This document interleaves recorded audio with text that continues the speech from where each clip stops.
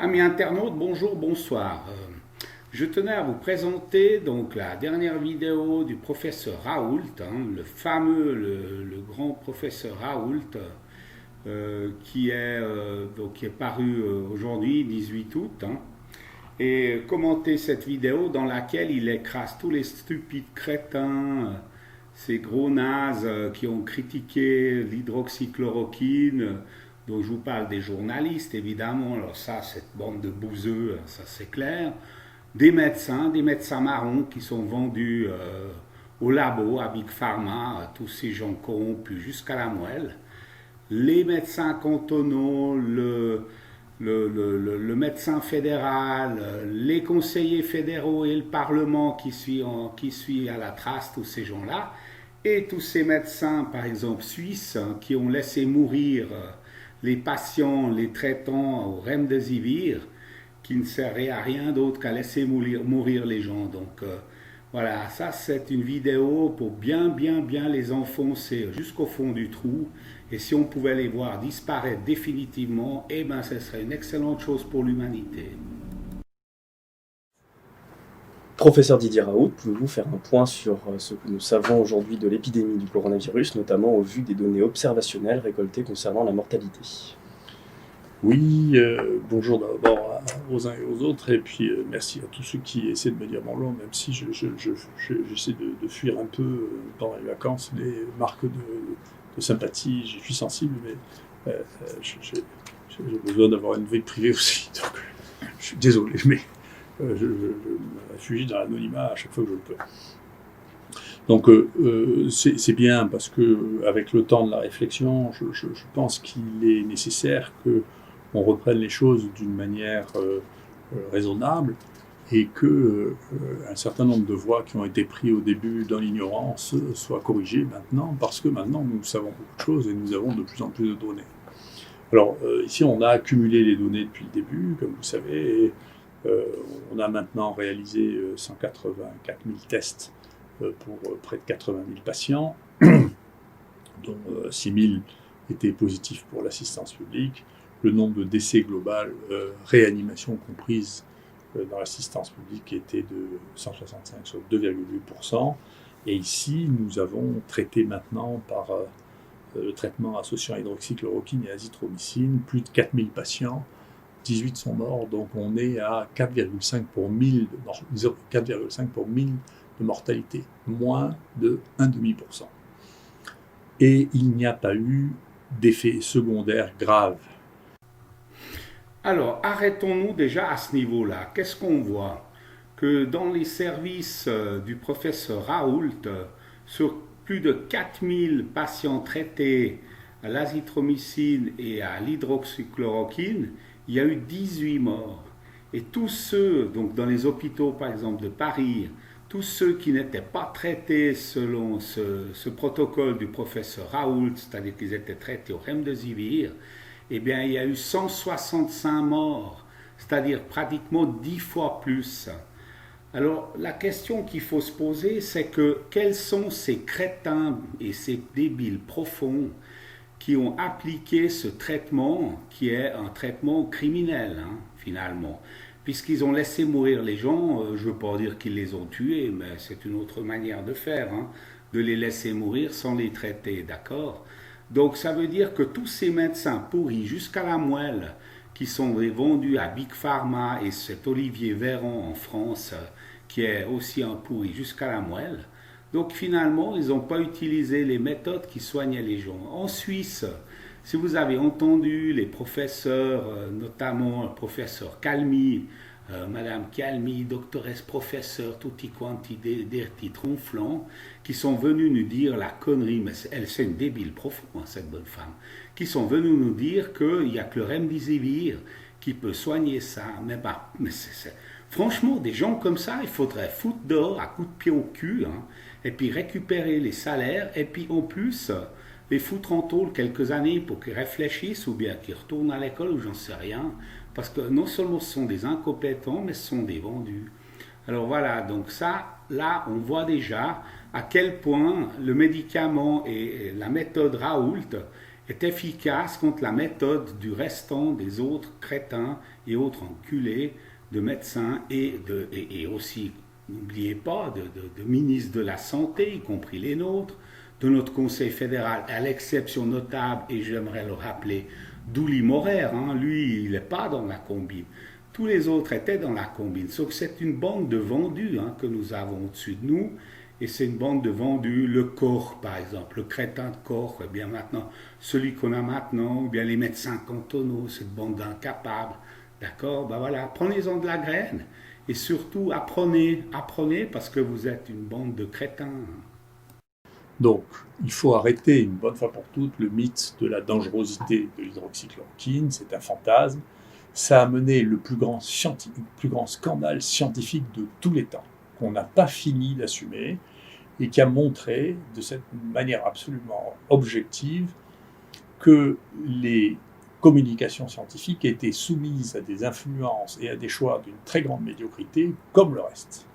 Et récemment encore, je peux vous dire, il y a 2 éléments sur lesquels je sais qu'il y a eu des éléments de censure dans le Lancet qui montraient de manière statistique que d'une certaine manière le tabac protégeait contre le Covid. Peut-être que c'est bien sûr, on ne peut pas imaginer que le bénéfice du tabac soit supérieur au risque qu'il a, mais de censurer une donnée scientifique d'observation, ça n'est pas le rôle d'un journal scientifique. Chacun reste à sa place, les scientifiques font de la science, les politiques font de la politique.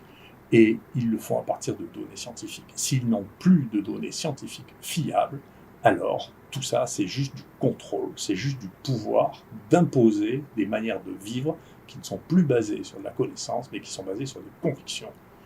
Et ça n'a plus rien à voir avec ce que nous faisons. Donc je pense que c'est extrêmement clair que le degré de manipulation des journaux scientifiques de plus haut niveau, et plus ils étaient de haut niveau, plus ils étaient la cible de la manipulation, bien entendu. Si vous publiez dans un journal marginal, les gens se fichent de ce dans quoi vous publiez. Mais quand vous publiez dans les meilleurs journaux du monde, la pression qui est exercée sur eux est absolument considérable. Et c'est une faiblesse. Je vous conseille d'ailleurs de lire, de voir, parce que c'est un très bon film, Vice, qui raconte la vie de Dick Cheney, qui explique ce que moi je sais sur le bioterrorisme, vraiment, ce que j'ai écrit dans mon livre, et la manière dont on manipule les gens et les choses. C'est instructif parce que c'est la même histoire. Alors, où est-ce que nous en sommes donc, en termes de cas, de rebond, de reflux? On a surtout un rebond du nombre de gens testés, le nombre de personnes nouvellement positives de quelques dizaines par jour, mais d'une manière très intéressante, il y a un peu plus de jeunes que ce qu'il y avait avant, mais pas seulement. On avait l'impression au début que c'était surtout les jeunes, on a l'impression parce que les jeunes sont maintenant, après quelques mois de confinement, ils ont envie de retrouver une vie normale, de se rencontrer, d'avoir une vie sociale, et ne respectent pas toujours, ce que je peux comprendre, les distances de précaution, parce que la vie doit continuer. Et donc, ils sont plus touchés, mais... Vous avez bien entendu de ce qui vient d'être dit. Donc le professeur Raoult comprend très bien que les gens ne respectent pas la distanciation sociale. Et c'est le plus grand spécialiste en épidémie du monde qui vous dit ça. Donc par rapport à ce qu'il dit, toute cette bande de cloportes et de psychopathes malades du cerveau qui disent qu'il faut de la distanciation sociale, eh bien ça ne vaut pas un pet de lapin, ces gens ne valent rien. J'ai toujours dit, ce sont des malades du cerveau. Entre les journalistes, les médecins cantonaux et l'OFSP, c'est un carteron de débiles profonds qui nous dirige et qui nous emmerde avec ça. Mais je vous rappellerai aussi tout à l'heure, ça n'a rien à voir avec le Covid. Ça a à voir avec de l'ingénierie sociale, ça a à voir avec la soumission de la population et ça a surtout à voir avec la tentative d'instauration du nouvel ordre mondial et de la dictature mondiale. Donc c'est une corona-dictature qu'ils veulent installer. Ça n'a rien à voir avec la santé des gens. Ils n'en ont rien à foutre de notre santé. D'abord, ils en ont à faire surtout du pognon qui peuvent se faire sur notre dos. Et puis après, c'est du contrôle global qu'ils veulent. Donc, vous avez entendu, distanciation sociale. vous asseyez dessus, vous en foutez complètement, du même que du masque. Ça sert à rien, hein. C'est juste un symbole de soumission pour... Et ça touche un peu toutes les tranches d'âge. Ce qui est très intéressant, très intéressant, c'est que depuis début juin, nous avons eu 1000 cas diagnostiqués. Sur ces 1000 cas diagnostiqués, une seule personne est morte, et c'est quelqu'un qui était en fin de vie, pour lequel le Covid a un rôle qui était marginal ou négligeable. C'est-à-dire que là, on est encore en dessous des 0,45 pour 1000, on est là on est à 1 pour 1000 au pire. Et vous pensez qu'un nombre de morts de 0,45 pour 1000 gens qui sont infectés, c'est ça qui justifie de foutre en l'air nos entreprises, de foutre en l'air la vie des gens, de les empêcher de travailler normalement avec leur débilité de distance sociale, masque et compagnie? Vous pensez que c'est ça qui justifie tout ça? Que les gens perdent leur boulot, que les petites entreprises ferment, que les bistrots soient à moitié vides, que nous ne puissions pas nous retrouver, hein, parce que le but c'est ça, hein, de foutre en l'air les contacts humains, hein, ça c'est ce qu'ils veulent. Hein. Il ne faut pas qu'on se serre dans les bras, qu'on fasse l'amour, qu'on s'embrasse. Mais vous savez quoi, on les emmerde ces gens. C'est pas ça, ils en ont rien, je vous répète, ils en ont rien à foutre de la santé. Le but c'est pas ça, c'est de foutre en l'air la société. Puis quand vous avez plus de moyens de vivre, vous allez être tout malléable, tout soumis, et vous allez la fermer, et vous allez accepter d'être les esclaves du système. C'est ça qu'ils veulent. Hein. Tout ça, ce n'est rien, ce n'est qu'un prétexte, hein, cette soi-disant pandémie. Il y en a qui l'appellent la plandémie, c'est exactement ça. Ils avaient planifié tout ça. Il y a une conspiration, je répète, il y a une conspiration derrière tout ça, une conspiration de milliardaires satanistes, hein, qui veulent mettre la main sur l'humanité, qui veulent bousiller 90% de l'humanité, puis le 10% restant, ils veulent les mettre en esclavage. Ils utilisent cette véritable fausse pandémie à ça, et grâce au lien avec la 5G, oui, je vous le répète, avec la 5G, hein, la 5G a été déployée à la vitesse grand V pour être utilisée en rapport avec ce pandémie. Hein. Tout est en lien, hein, donc il y a une véritable conspiration derrière ça. Et les autres débiles de journalistes et autres qui disent théorie du complot, vous savez quoi? On les emmerde. Parce que c'est les théoriciens des coïncidences. Tout n'est que coïncidence. Vous savez quoi? On vous emmerde. La situation actuelle depuis juin. Donc c'est quand même pas la peine d'avoir un drame de cette nature. Et donc d'ailleurs, j'avise mes amis méthodologistes, pour pouvoir démontrer que quelque chose est égal ou supérieur au traitement que nous avons mis, pour lequel nous avons une mortalité actuellement de 0,45%, donc 4,5 pour 1000. Il faudrait faire une étude randomisée avec 67 000 personnes 43 000 personnes 2 fois, pour pouvoir démontrer qu'il y a une différence de 1 pour 1000. D'accord ? Donc c'est impossible à réaliser. Donc le traitement de référence jusqu'à preuve du contraire, c'est ça. Et on ne pourra pas démontrer qu'un traitement est supérieur à celui-là. C'est pas possible. Techniquement, c'est pas possible. Donc l'efficacité thérapeutique de ce traitement est intéressante. Nous venons de finir un travail qui n'est pas encore publié, que l'on a réalisé avec les hôpitaux de jour dans les EHPAD de Marseille, pour lesquels on a commencé à tester les gens massivement durant la plus grande partie du mois d'avril. Et donc, 226 résidents d'EHPAD étaient dépistés positifs, dont une partie a été traitée, à peu près la moitié. Et alors, d'une manière intéressante, la mortalité chez les gens qui ont été traités est de 14,4%. Celle chez les gens qui n'ont pas été traités est de 27,8%.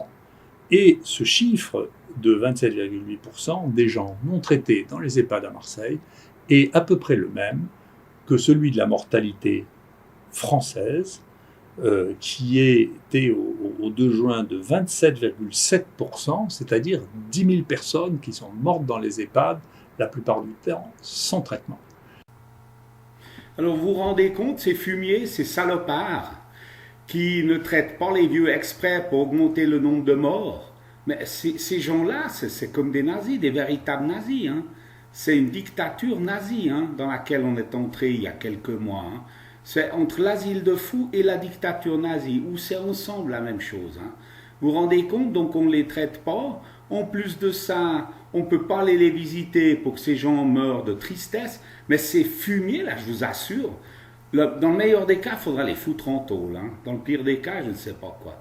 Mais parce que les SS, hein, les soviétiques, à la fin, ils les ont finis hein, sous les chars. Ils ont très bien fait. Hein. Mais à part ça, vous vous rendez compte, donc on ne peut pas les rendre visite, on peut pas les refroidir. Vous savez que les personnes âgées souffrent beaucoup de la chaleur.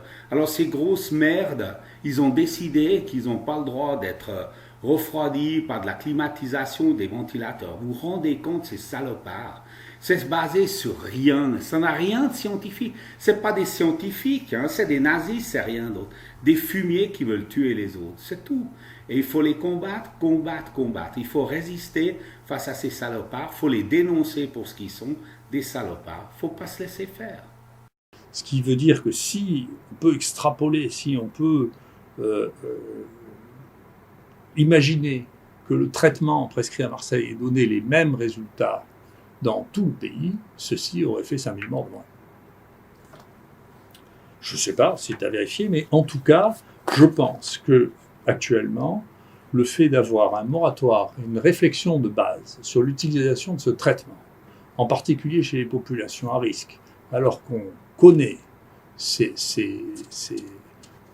inconvénients, que l'on sait qu'il n'y a pas eu d'accident grave, tout ça était un fantasme, de prendre la mesure de ça et de proposer, en particulier s'il y a de nouveaux cas, à l'avenir, un traitement efficace, demande vraiment une réflexion que j'espère qu'on mènera.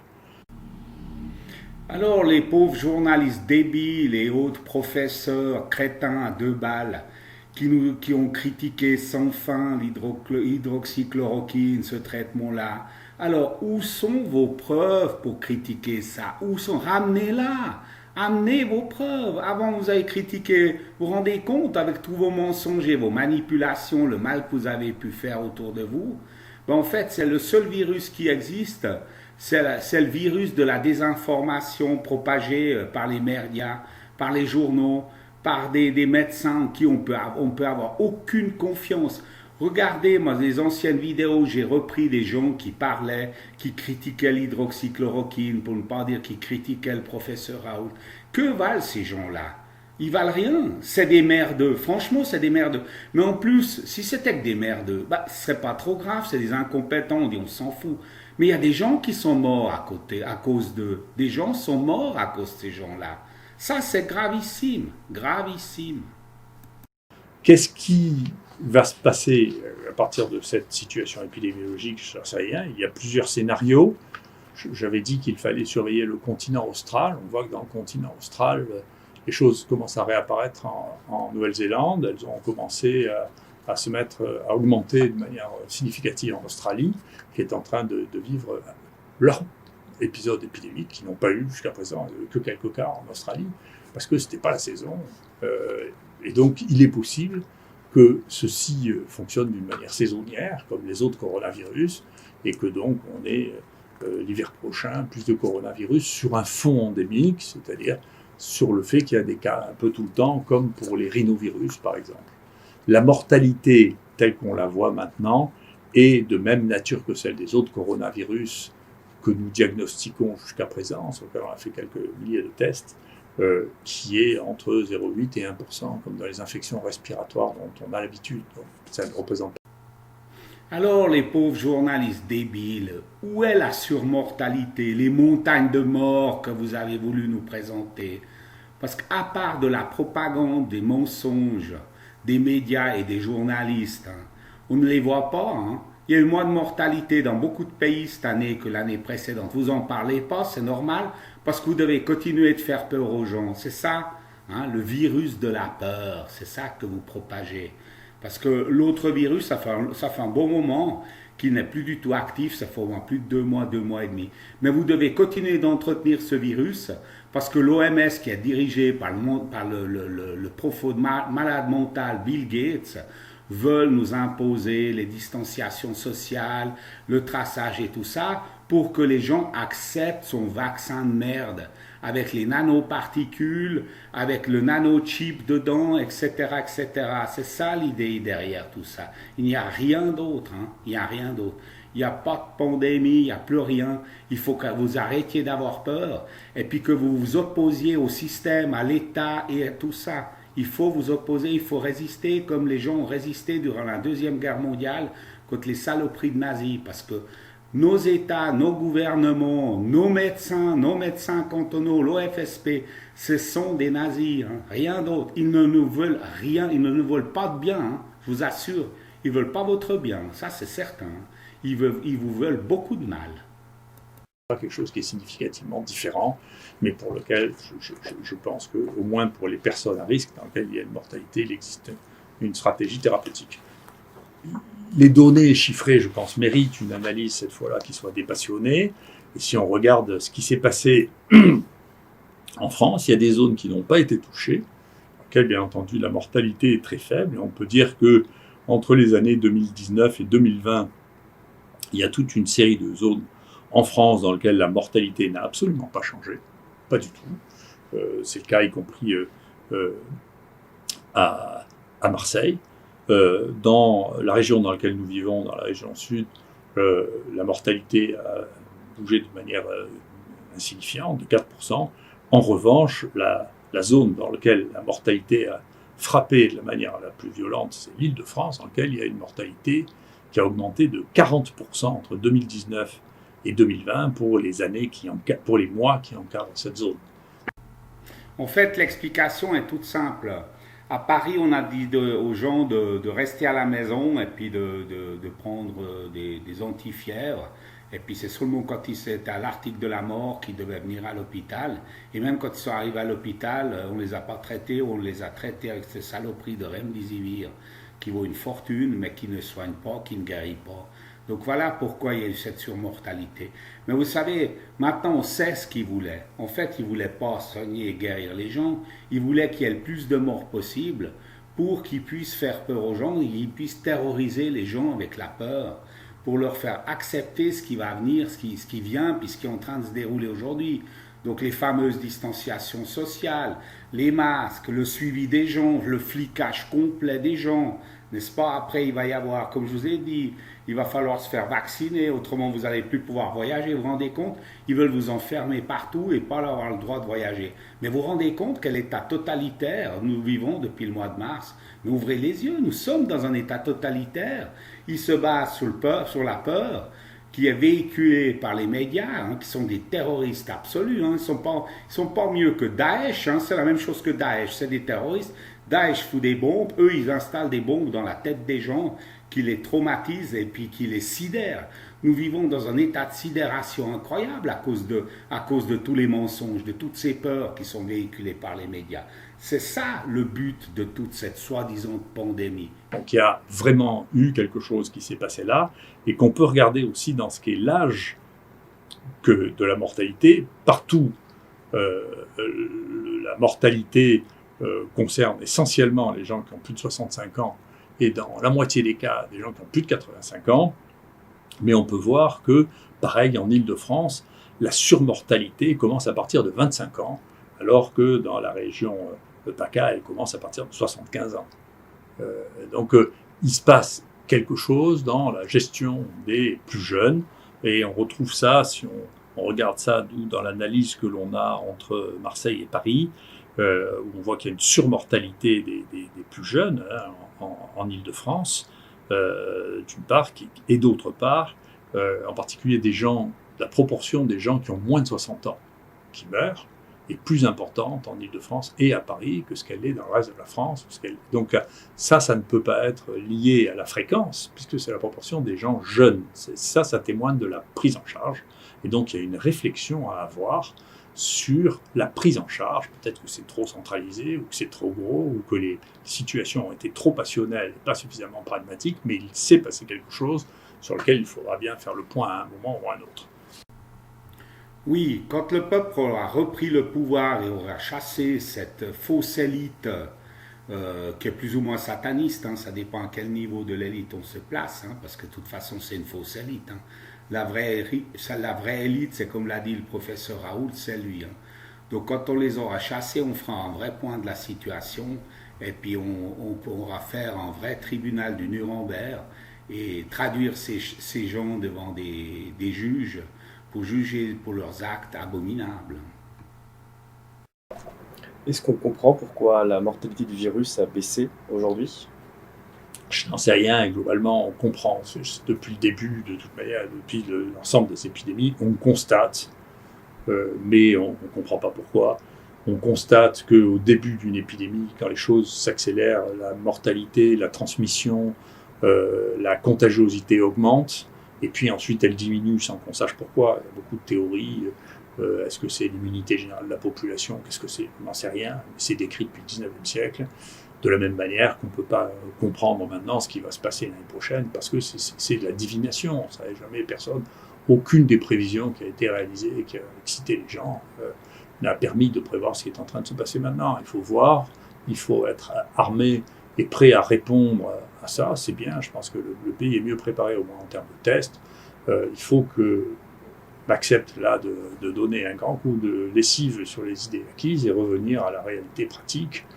Il faut apprendre à se méfier de l'emportement idéologique, y compris médicamenteux, pour revenir à des choses très pragmatiques. Voilà, parce que quand même, ceci restera dans l'histoire de la médecine, et je pèse mes mots, on parlera encore dans un siècle de l'histoire qui a fait penser dans le monde que l'hydroxychloroquine pouvait tuer entre 10 et 30% des gens quand elle était prescrite. Personne ne pourra croire qu'il s'est passé une crise de cette nature-là, tellement elle est folle. Donc, qu'est-ce qui a rendu tellement les gens fous à ce moment-là, qu'ils ont été pris à croire qu'une molécule qui avait 70 ans, qui a été prescrite à 1 ou 2 milliards de personnes, brutalement était devenue un produit incroyablement toxique? C'est quelque chose qui témoigne d'un profond problème, aussi bien de la manipulation des esprits, de l'ignorance, de l'incompétence, qui restera et qui laissera une trace dans tout le siècle à venir. Merci. Voilà, c'est dit. Donc, c'est clairement énoncé, toute cette folie furieuse, cette maladie mentale qui s'est déchaînée contre l'hydroxychloroquine est due aux médias, est due à des ministres de la santé plus pourris les uns que les autres dans quasiment tous les pays où je regarde les vidéos. Voilà, c'est dû à ça. Et il y en a qui encore aujourd'hui essayent de nous faire croire à la dangerosité de l'hydroxychloroquine. Eh bien, c'est des pauvres malades du cerveau qui devraient se faire soigner.